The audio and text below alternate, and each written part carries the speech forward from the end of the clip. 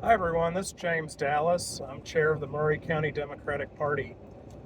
This has been a challenging week, I think, for all Americans.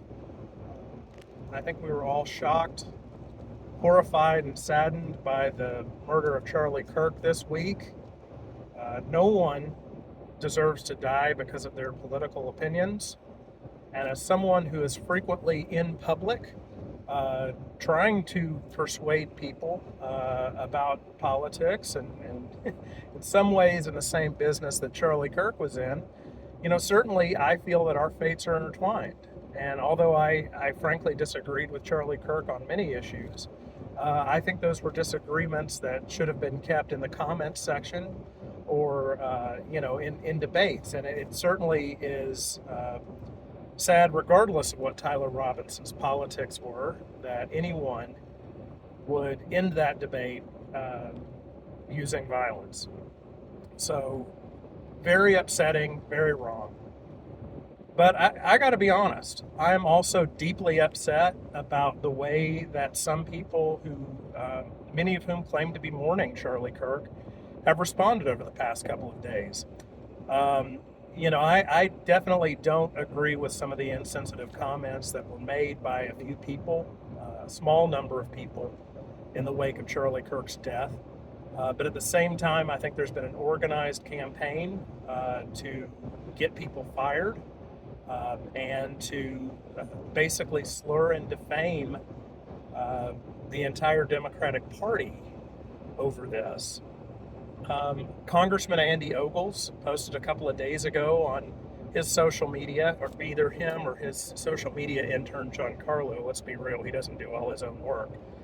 But Andy, or someone for him, said that Democrats had a murder culture, and that is absolutely absurd. There were nearly 80 million people who voted for Joe Biden or Kamala Harris. To insinuate that we're all a bunch of murderers is insane. Moreover, we've heard this constant drumbeat from people mostly on the right saying that there's all this left wing terrorism. No, there's not. I mean, there's a few people who have committed crimes, but overwhelmingly, domestic terrorism in the past few decades has not been coming from the political left. I'm not going to say who it's coming from, but I think you can draw your own conclusions. Um, but we've certainly been victimized by crime as well, and that's why we can empathize. That is why we can understand your pain right now, is because we have lost our state legislators. We have lost our activists. We have lost people that we care about.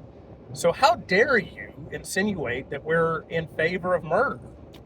Um, and it's not just Andy. We have a county commissioner who has posted insane things for many years, but who recently said that the left wants you and your family dead and you should act accordingly. Well, first of all, and I hate to break it to you, we mostly don't think about you.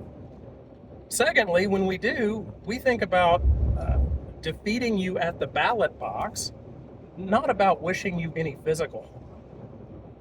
And, these same people have posted violent memes attacking one of our party members, a friend of mine.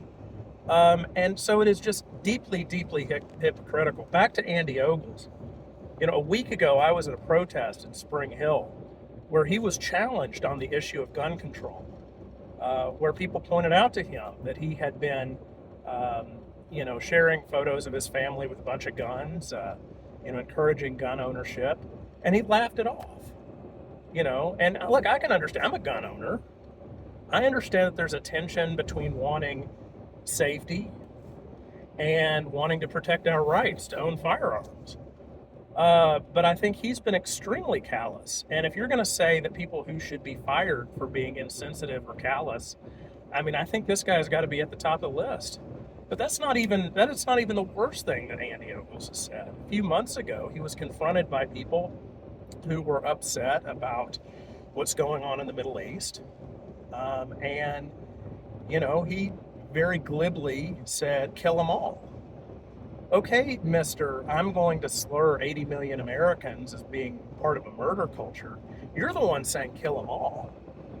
And these folks all are more than happy to appear on Fox News, which several times in the past few days there have been comments made on Fox and Friends that like homeless people or mentally ill people or people with criminal records should just be like summarily executed. Um, you know, right now, what's happening is that some people with a very dark agenda have seen an opportunity to abuse their power and to exploit the tragic death of a young man, someone who is a husband and a father, exploit that to try to oppress people, to try to hurt people, and to try to drive our country into a very dark place. And if that doesn't make you angry, now, and when I say angry, I'm not encouraging you to engage in anything that's violent, but I'm encouraging you to get active, um, to vote, to register to vote, to talk to your neighbors about your hopes and dreams for this country. But, anyways, if you're not angry at this point, I don't know what to tell you, all right? Because we are being misled by people who are absolutely being disingenuous. And I think anybody with a conscience has got to stand up and say, no, no,